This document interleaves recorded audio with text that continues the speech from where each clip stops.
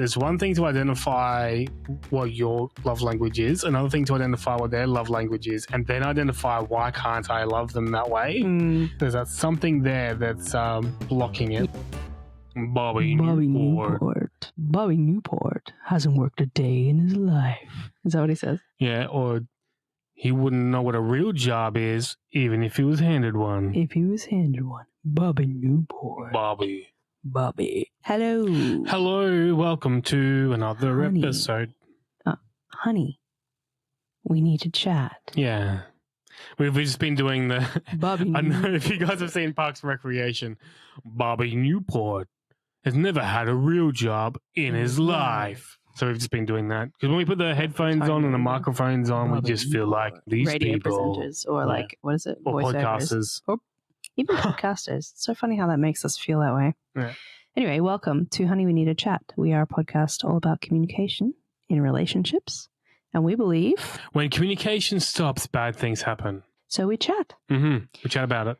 And yeah, we're back for another Reddit story episode, diving into some stories, not just Reddit stories. We've also got listener stories today, diving into some stories around the topic of love languages. Lovely. Before we get onto that, we have quite a few listeners now, which is fantastic. And very little of you are liking our podcast. So if you're on YouTube, liking Spotify, as in you enjoy it, but you don't as in like like tick the like thing. That helps us out a lot. So subscribe, absolutely. Yeah. So all of that sort of stuff. I just want to encourage you, if you can, do it right now. Get onto those buttons right now. It really helps us out in a big way. So get onto that. And if you are feeling extra spicy, head over to Patreon and become one of our chatters. We've got a great community happening there, good conversations and extra content. So please head on over to Patreon and become a chatter.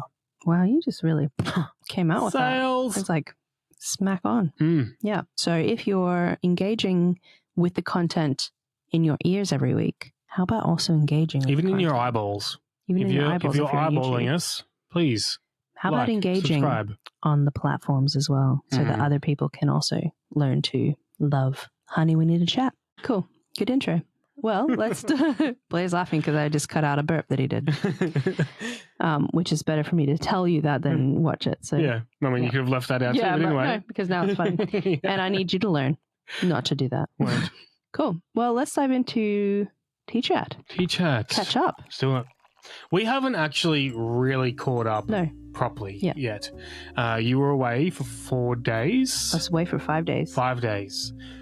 Doing this course, which is good. And you surprised us by coming home early last night, which was a very welcome surprise. And it was a nice surprise to have you home. It's been really good having you home. Thanks, baby. How do you feel now? Because you haven't really stopped. Let's drink some tea. Yeah. Tink it. Tink, tink. Cool. What a clunky tink that was.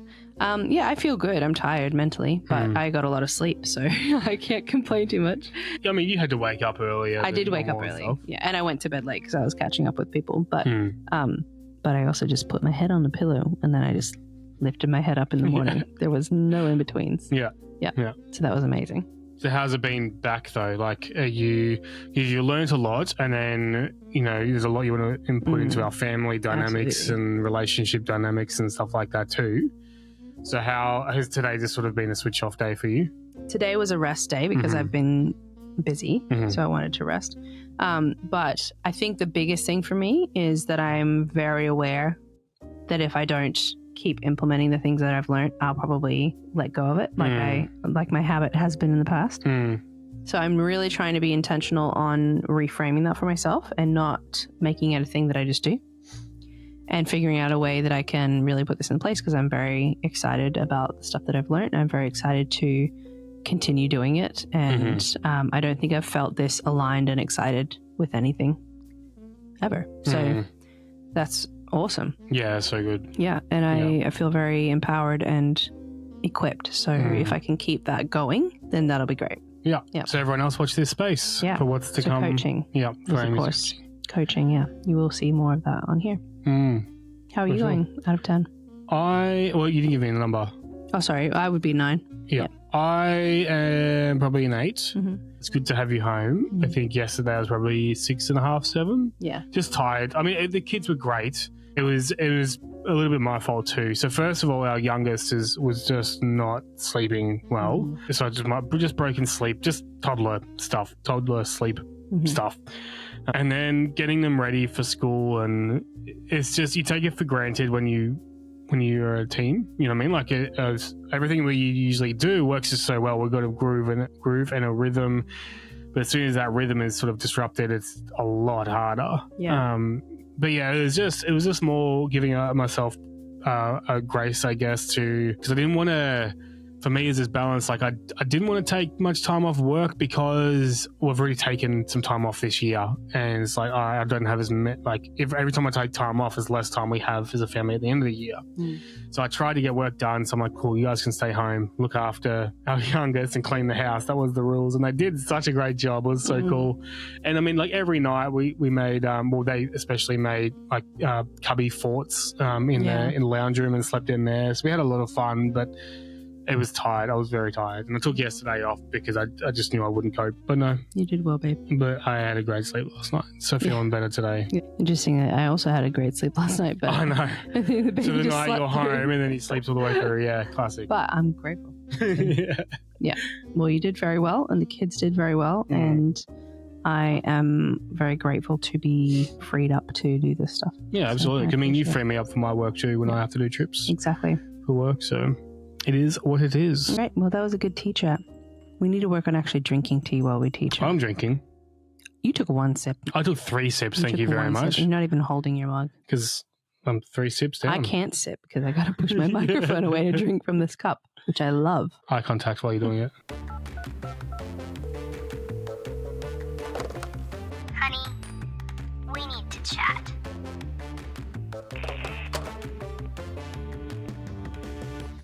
Oh, all right. Well, let's dive in. Yep.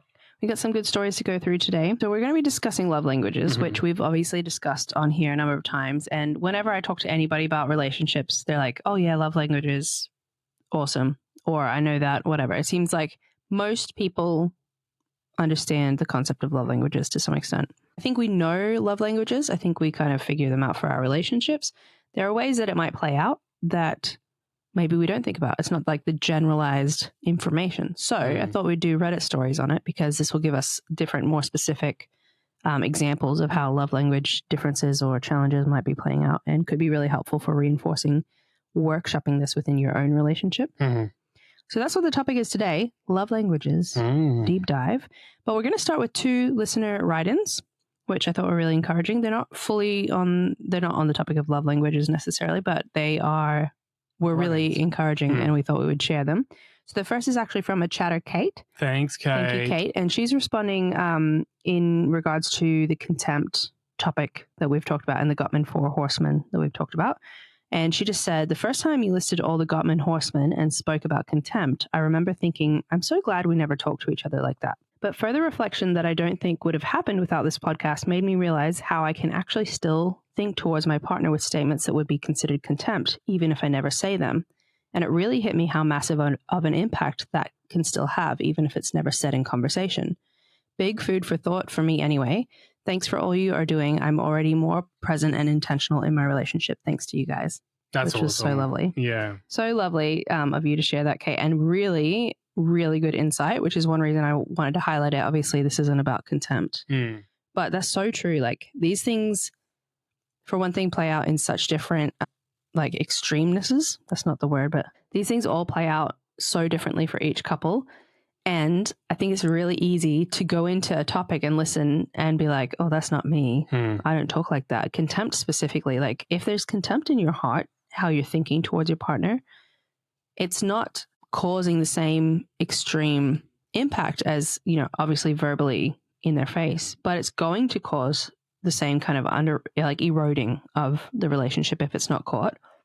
And that's definitely something I wrestle with. I think like my internal conversation needs to be matching my external conversation in a positive way. And I think that's a really good check for all of us. Yeah, absolutely. So thanks for that, Kate. Love your insights. So next we have a listener write-in story. So I thought we would start with that one. Yeah. I, 30 female, and my husband, 32 male, have been going through a rough couple of years ever since he started a 4-year degree.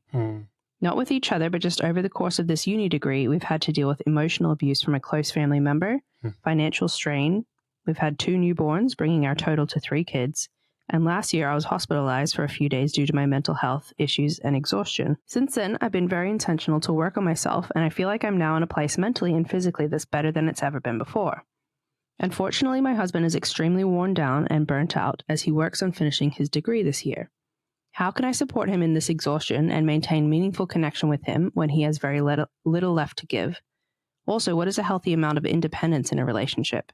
I'm finding I'm doing more and more on my own with kids and to fulfill myself. I don't feel comfortable becoming too independent of hubby, as that was one of the things that led to my parents' divorce. I used to be really dependent on him, and he needs this space and support, so I don't know if I'm just maturing or if I'm getting close to a dangerous line.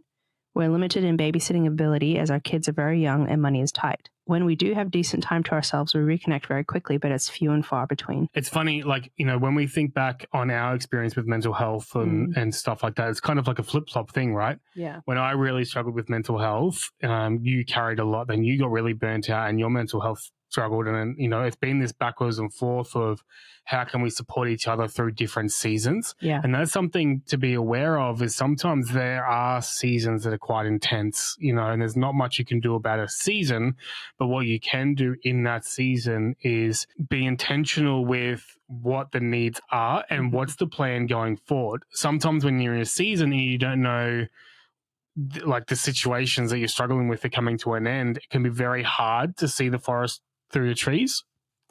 Yeah. What does it? See the forest through the trees? Whatever it is. Whatever that saying is. Like, in terms of, like, all you see is the craziness around you and you don't see the way out, right? So I think what has been helpful for us is like, all right, well, what does that look like for us? Like, where are we going? You know what I mean? Like, is this going to be intense forever? So when you finish your degree, what will that look like? And so we can have the understanding of, all right, this is busy for now, but it's not going to be busy forever. I think there's like behaviors and attitudes or rhythms that you need to put in place as a couple to reinforce your relationship through those times. So like you said, there's going to be ups and downs all the time. There's going to be flip-flops. There's going to be times where one person is really struggling and then there's going to be times where the other one is, or there'll be times where you're both struggling. Great times. And so, but if you can put habits in place that really reinforce your relationship, that stay in place regardless of what's going on, then I think that's really helpful. And obviously when your resources are limited, whether that's time or money or whatever, those things are probably limited. There's probably a limited amount of things that would work in that straight away. And I know we harp on about this, but straight away, I think of at-home date nights.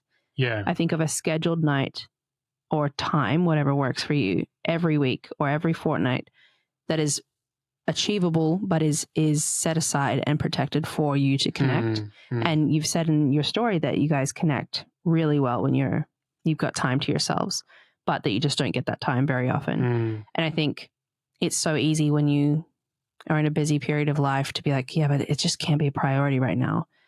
But I would challenge that thought, because if it isn't a priority, then other things start to disintegrate. It doesn't have to be a big, huge thing. No. But if your time together isn't a priority, other things start to disintegrate. If you can prioritize that time, you'll probably find that the tough things you're navigating, the busy things, might actually feel a little bit easier because you are more aligned. You're more functioning as a team. And so, like, my first thing that we would do in this situation, I think, is setting aside a regular time that we're like, no, this every Monday night or every Monday night in a fortnight, every fortnight Monday, you know what I'm saying, is time to ourselves. We put the kids down, and when they're down, we have that whole chunk of time just to us, whatever that looks like, whatever works for us, even if it's just having a hot chocolate. Yeah, what I was going to say is, like, you know, this is where you've got to be careful, is because if he's already exhausted and burnt out, it's about how you approach the conversation, right?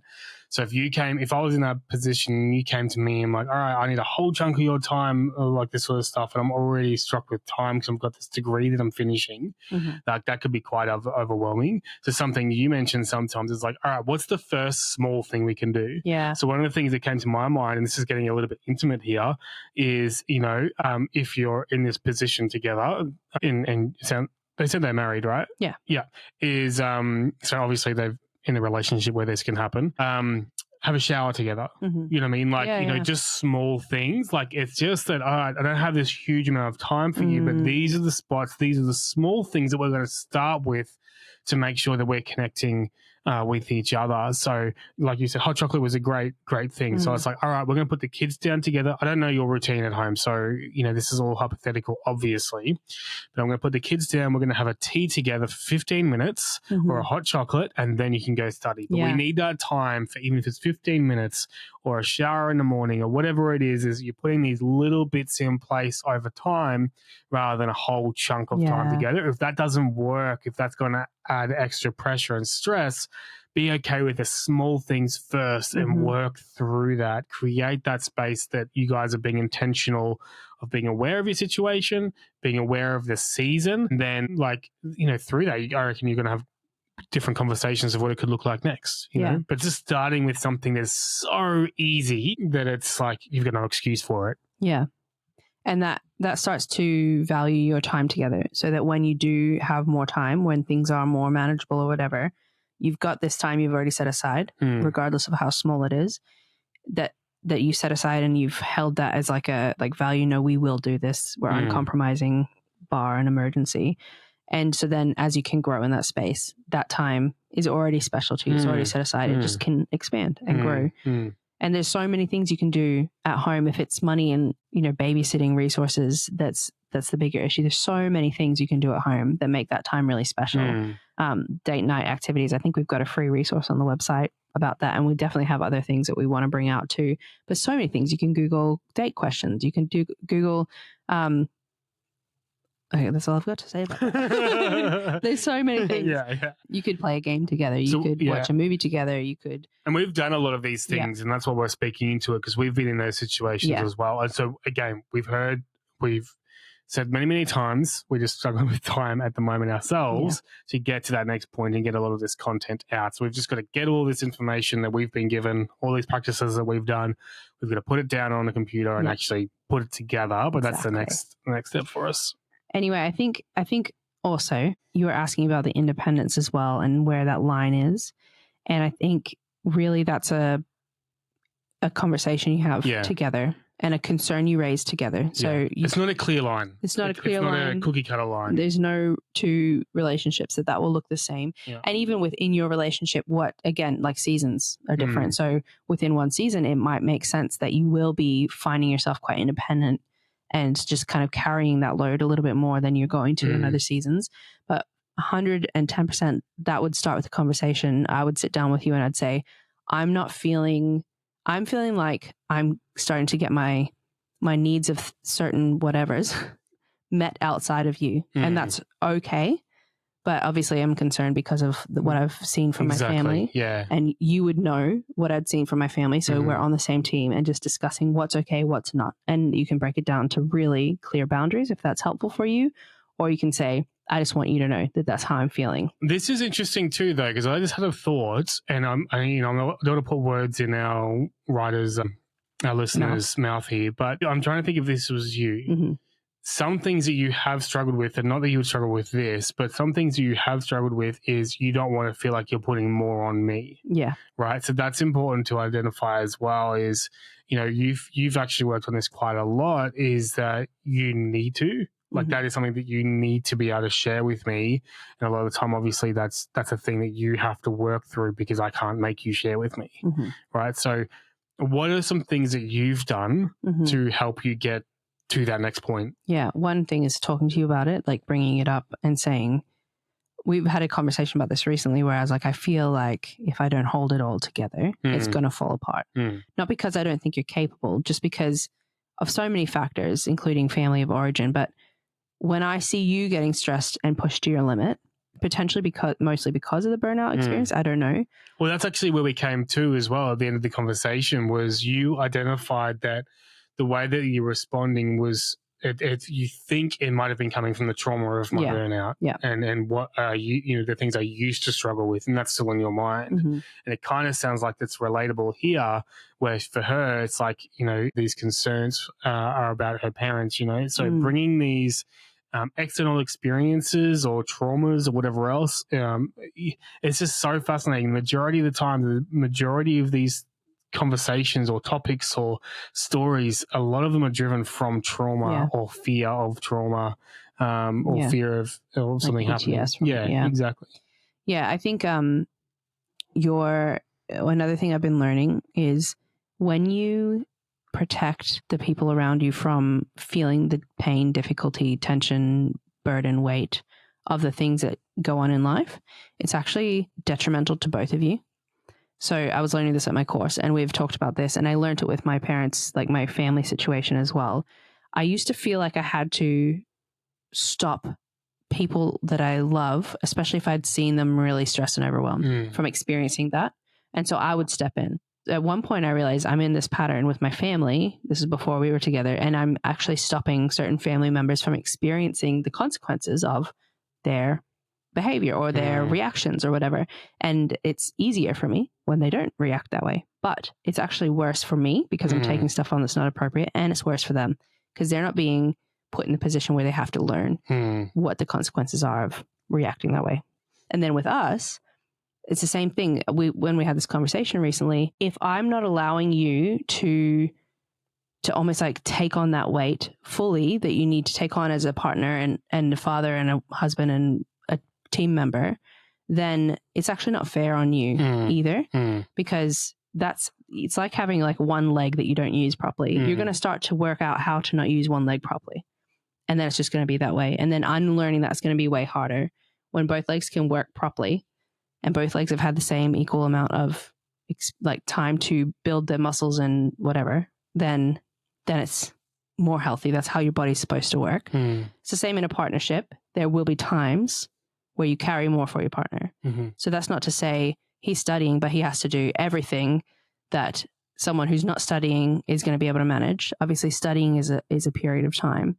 But maybe there's stuff in that too, when you're in how you're wrestling with the stuff that you're feeling you're taking on for yourself.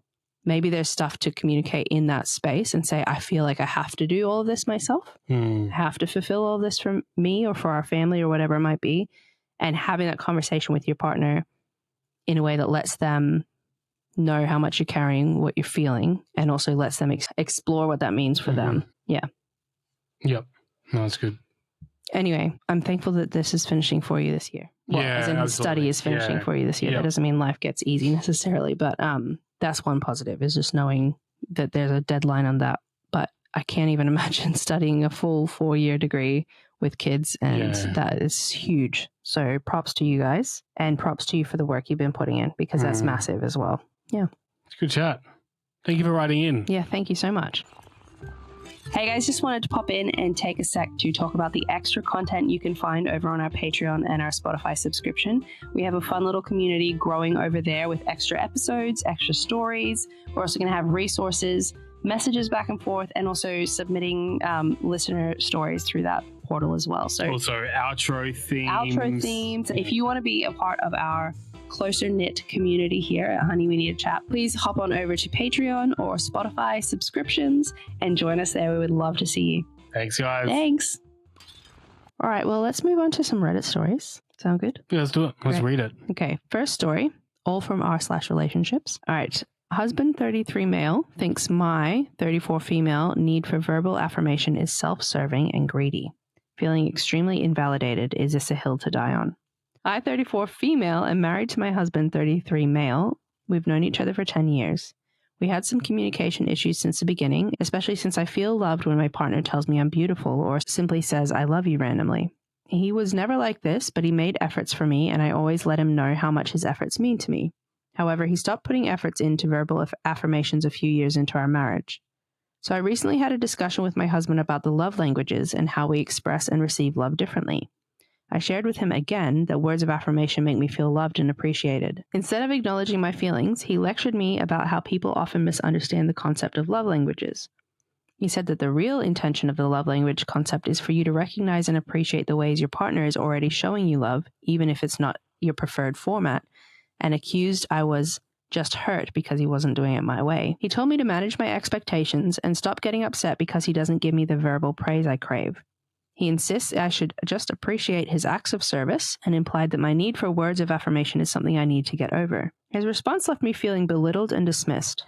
It seemed like he was telling me that my feelings and needs were invalid and that I was being unreasonable. I do appreciate the thoughtful things he does for me, but his tone made it feel like my desire for verbal affirmations is something I had to ignore. What really made me mad with rage is that he implied that my expectations to want love in my preferred language is self-serving, greedy, and unappreciative. And by talking about how others agree with me, I showed him a Reddit post about this. Wrong move, I know. I was patting myself on the back. She's got this in quotation marks, by the way. So I'm assuming that's what he said. How do I address this with him without escalating into an argument? Has anyone else dealt with similar issues in their relationship? How do I get through to him when he and I fundamentally disagree? He was never like this before.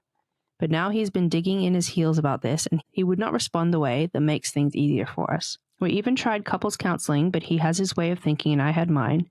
We didn't go very far with this. Is this a hill to die on or to let go? I don't think the love languages thing is the hill to die on. I think that their struggle to communicate is the thing to die on. Die on's probably too extreme. Drastic, but yeah. Yeah, I think it's too drastic is what we would say is you don't want anything to be the hill you die on. But I think just to show the importance, I think the main focus, again, is not the love language, but the inability to communicate through that. That's the focus point from my perspective. I think love language is secondary. More about the lack of their ability to communicate through those things. So for him to dig his heels in, I don't agree with his view on love languages because, ever since I've started exploring or getting ready for a relationship, like listening to sermons or chatting to other people about, or our premarital counseling, everything was about, the other person and focusing on the other person. And so I wonder what is going on for him. If he hasn't always been like this and something's shifted, I'm not sure if I'll get sus, but get curious about there's got to be something there for him. So shifting the focus from winning an argument over love languages, being curious about what's the shift for him. Yeah, definitely the focus on each other seems to be the tough point here.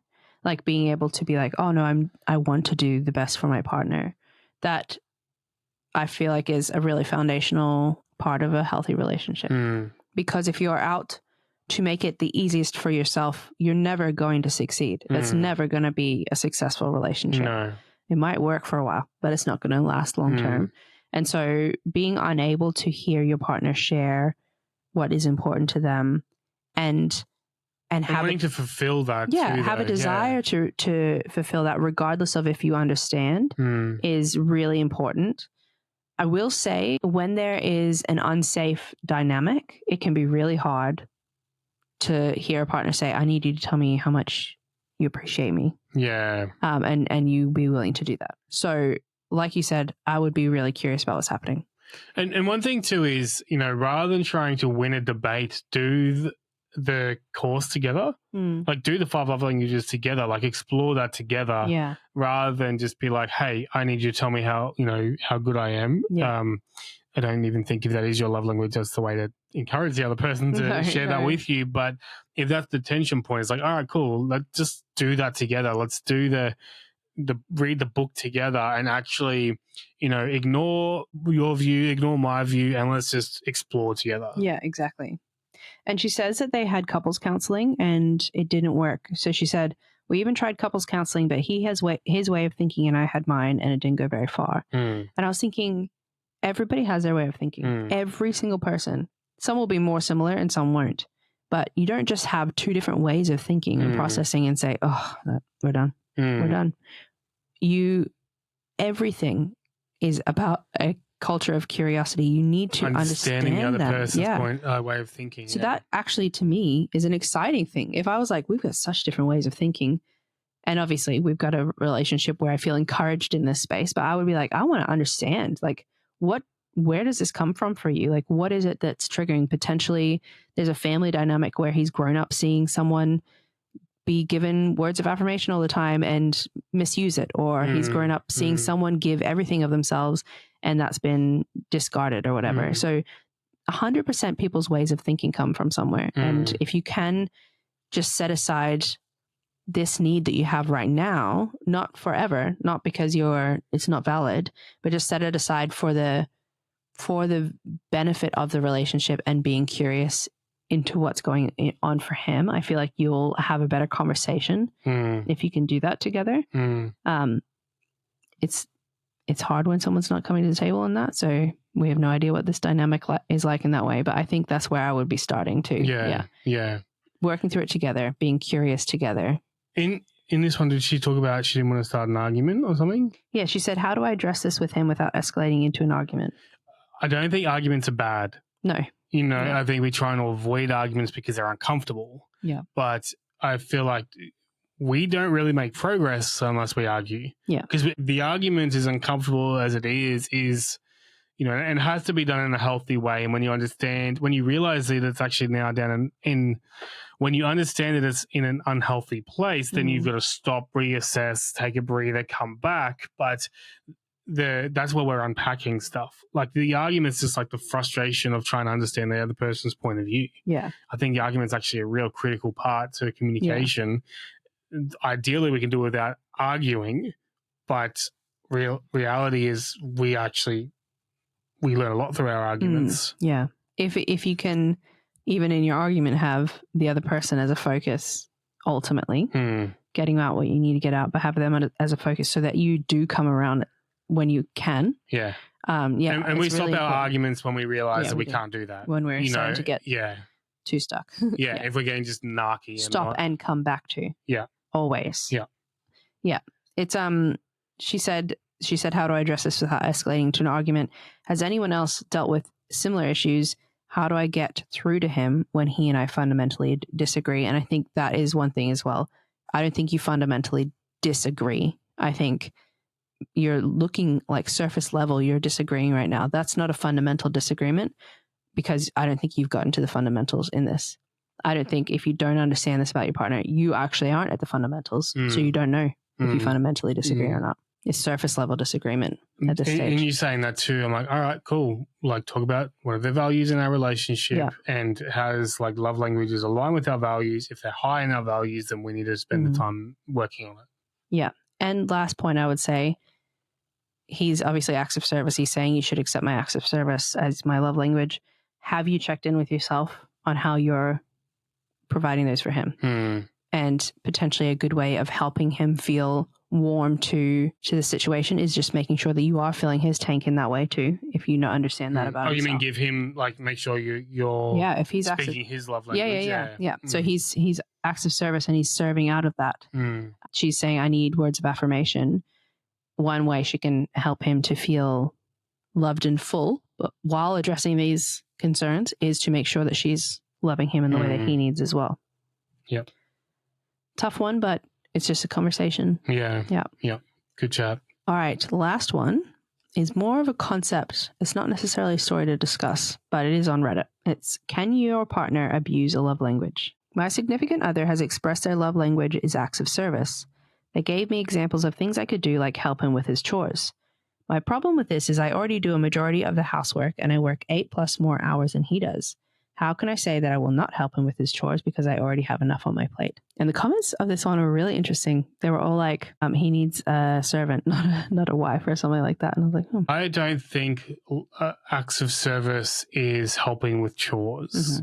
You know what I mean? Like, I think, like, necessarily. Yeah.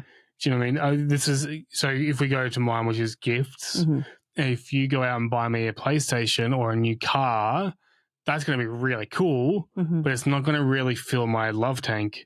If you bought me something that was meaningful to me, again, like when we spoke about love languages on a previous episode, it was shared about one of my mugs that you got me was so special than anything else that you've really got me because of the meaning behind it. You know, like it was like so much thought behind it rather than just spending a lot of money. It was a lot more intentional. I think it's the same. It's sort of like, you know, if he's whinging and asking for help on chores, that's a little bit of manipulation in my view from his side. But I think it's a matter of looking at, like, all right, well, where is it that he's not asking for help that you can help him? And that's the sort of focus that I would have for acts of service. Yeah, I don't know. That's a hard one because it's not enough said about the situation. It's such a short little clip. Yeah. Yeah. So it says they gave me examples of things I can do, like help him with his chores, etc. And I thought that was interesting because to me, it reads, this person is given a list of things you can do. Yeah. And the one that stood out to the person is like, help you with your chores. You want me to help you with your chores? And if there's a list and one of them is like, help me with my chores, then what's the rest of the things on that list? Yeah. If the chores one is the one that's standing out to them, it sounds to me like there's some bitterness or some unresolved kind of, imbalance going on in terms of how this person that's written it views their splitting up of the housework. And it sounds to me like they've kind of honed in on this chores thing. And I think if that's the only thing you're questioning out of the list of things that he said, then that's telling, potentially. And if it's really that big of a deal, do one of the things on the list that's not the chores. Yeah, sometimes our bitterness can get in the way of showing the love. It's like, oh, you don't deserve this in a way, or like there's this thing that's blocking me from actually showing you the love that you need. Yeah. And so that's a big thing about love languages is it's one thing to identify what your love language is, another thing to identify what their love language is, and then identify why can't I love them that way. Sometimes that's a bitterness, a prickly thing that gets in the way of us for each other trying to fill each other's tanks. Sometimes there's something there that's blocking it, whether like he's lazy, you know what I mean? Like he's lazy and he won't do his chores. But so I don't want to do it for him. I don't want to do it for him. And that's a different situation. And that's why I'm more sort of thinking about like, all right, well, don't let that be don't let that stop you now. If it's like, all right, cool, you don't want to help him with his chores because he needs to just get his act together and do it. Cool. But what else is there that you can see? Did she ask for him to put the list together? She said they've expressed the love languages and then they gave examples. So I don't know why they gave the examples. Because what I think is, from my experience, what's so powerful about love languages is when you're not told. You know what I mean? And like getting that mug, for example. Yeah. Again, I keep talking about this mug, but I didn't know you were even getting it. Yeah. Like it was just like you were out and you thought of me. Like yeah. that was what was so special about it. It wasn't my birthday. It wasn't anything specific. It was like you were out and you thought of me. And that's what I think is just, like looking out. It's not the organized. It's not the scheduled. Yeah. It's not the traditional thing. It's like, no, I'm thinking of you right now. And I'm outside of all of that. And I want to show you that I love you in the way that you receive it. That's what's special. Yeah. I think I would, again, start with doing the love languages thing together because this person sounds a little bit like they don't believe that this is actually the person's love language, or they are too hurt by having to do everything that they don't want to do this love language. But I feel like if you were to spend time together as a couple and working on your relationship by exploring love languages and having the conversation around it, that'd be a really great place to start having that chat and exploring what acts of service could look like outside of doing his chores. And I really do feel like there's another conversation to have there about this kind of bitterness of doing more, this bitterness of carrying more, or whatever it is sitting there for this person. Maybe having that conversation is a good place to start, because I have found when I'm frustrated about something, I'll be frustrated by something, and then if I don't express it and talk about it, it will just kind of build. And then I'll get like irritated by a lot of little things, and I'll just be like irritated. I'm just irritated in general. And then we'll have a conversation about what's frustrating me or what has hurt me or what's on my mind. And then all those little things just kind of like disappear. And actually a lot of the time they're not even frustrating things. When I've had that conversation and I've kind of burst that little bubble of whatever, the things that were little that were annoying me actually aren't even frustrating. And if they still are, it's so minute that it's like not even an issue. And so I feel like if there's a big thing just sitting in this person's head and they're like, why would I help you with your chores when I do more than you? Potentially just having that conversation, being like, I need help because I'm doing more. I feel like I'm carrying more. And having that chat would relieve some of this. And then maybe she'd feel more like, actually, no, I'm happy to do some stuff for him sometimes. Or I'm happy to like explore what his love languages are. And I think that's an important conversation to have. Yeah, absolutely. But the title of it is, can a partner abuse a love language? Oh. And so you didn't start with that. I did start with that. I didn't listen when you started with that. You had me read the story twice. I did start with the tired. title. It's getting late. It's not even late. It's 8:30. You were away for 5 days. Anyway, so the reason I wanted to bring this up was because of the story, but also because of the concept. Can a partner abuse a love language? Yeah. I think they can. Well, I think they can use it as an excuse. Yeah, exactly. Yeah. I think they can use it as an excuse like, oh, I didn't do this because of this. Oh, I don't know where I'm going with that. Yeah. But yes, I think they can use it as an excuse. Didn't do this because of this. I'm not serving you because you don't do enough around the house. Yeah. Or like my like the whingy annoying way is like, oh, but my love language is acts of service. Can you help me with my chores? Yeah. Like that sort of stuff too. Whingy manipulativeness. Yeah. I think you can use it as a weapon in terms of like making people do things that they're not comfortable with. So physical touch, I can totally imagine how that would play out and be like, you need to give me physical touch because this is my love language. Yeah. I think anytime. Gifts. Yeah. That's a big one. Yeah. Give me gifts. Yeah.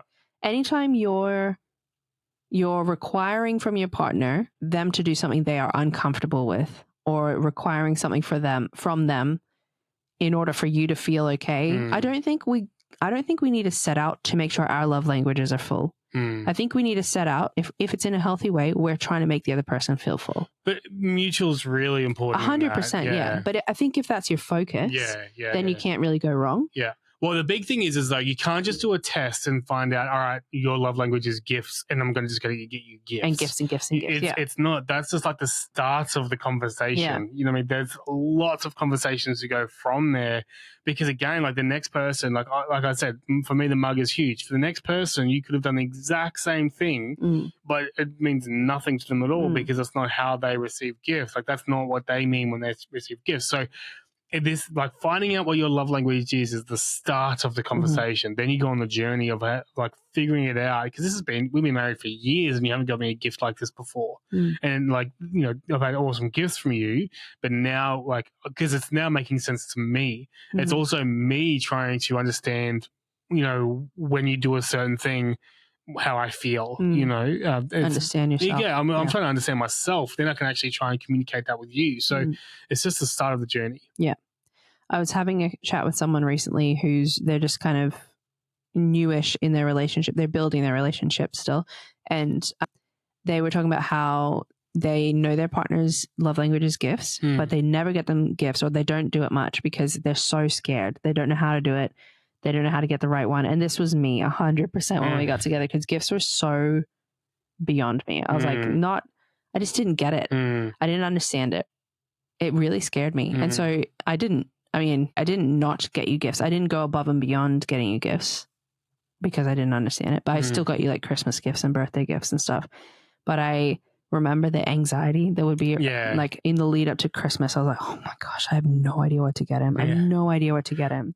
Not just the normal, like, oh, I don't know what to get him. It was like, it has to be the right gift. And I had like your birthday and Christmas. Oh yeah, and you would always tell me how many gifts you had planned out. Yeah, and I was just like, oh my gosh, and I was so scared. And I was just saying to this person as we were chatting, like, have the conversation and explore what that means. And gifts don't always mean a ton of money or something super fancy. It does maybe sometimes, but it doesn't always mean that. And so working out how it looks for each other is really important. And so I think, can a partner abuse a love language? I think so. Yep. I think they can use it manipulatively. I also think a partner can withhold a love language for so many reasons. One, manipulatively, because they're frustrated, bitter, whatever. Two, out of anxiety, like this, not understanding it, knowing it and just not understanding it. Physical touch would be a really good example of this. Someone who's got quite an aversion to touching for whatever reason might really struggle to know how to give that to a partner that needs it. Absolutely. And so, communicate. It's all about the communicata. Explore it together. And if you can have each other as your priority, understanding each other as your priority, and if you can enter those conversations with curiosity, I don't think those conversations they might be tough. They might not be smooth and comfortable, but I don't think you can go too badly. I think it's so important. Yeah. And we're still learning things at almost 10 years. Yeah. And it's just little bits at a time. You're just learning a little bit more, understanding a different depth of it. I got you this mug that was such a fluke. Like I was just like, this is a cool But mug. that's the thing is, like, I didn't actually understand how significant that would be to me until it happened. Yeah, exactly. So that's the point is like I'm still figuring out what I need. You know what I mean? I can't just like, oh yeah, my love language is gifts. Okay, this is what I want. It's so different to that. Yeah. And the gifts that I have gotten you before this, you've been really appreciative too. There's been some that you've been like, this is really cool. I really love this gift. And we've talked about that. And then for some reason, this mug is just like the top of the mountain of that. And now I'm like, I'm never going to find another thing that he likes as much as this mug. Yeah. And so that's just the journey that we're on now. So it's a constantly evolving thing. And like we've talked about, these things change when you are in different seasons. You'll find you've got different love languages. So it's not even a matter of like, oh, we got it. We're good. But it's funny because you're in competition now because last week our chatter got us mugs. Yeah, I know. And that meant a lot to me. So you can back right up. Anyway, I think, I just fundamentally believe if you have your partner as your value, if you have your partner as your priority, making them feel loved and understood, then I don't think you can go too wrong. You can have tough times, but I don't think it's going to go askew. Cool. That's love languages. Yeah, that's another one. If you haven't listened to our previous episode on love languages, go check it out. Please do. It's a good one. Yeah. All right. Thanks, guys. Thanks, guys. We'll Good see you chat. next week. Ciao, la vista, baby. Bye. Bye.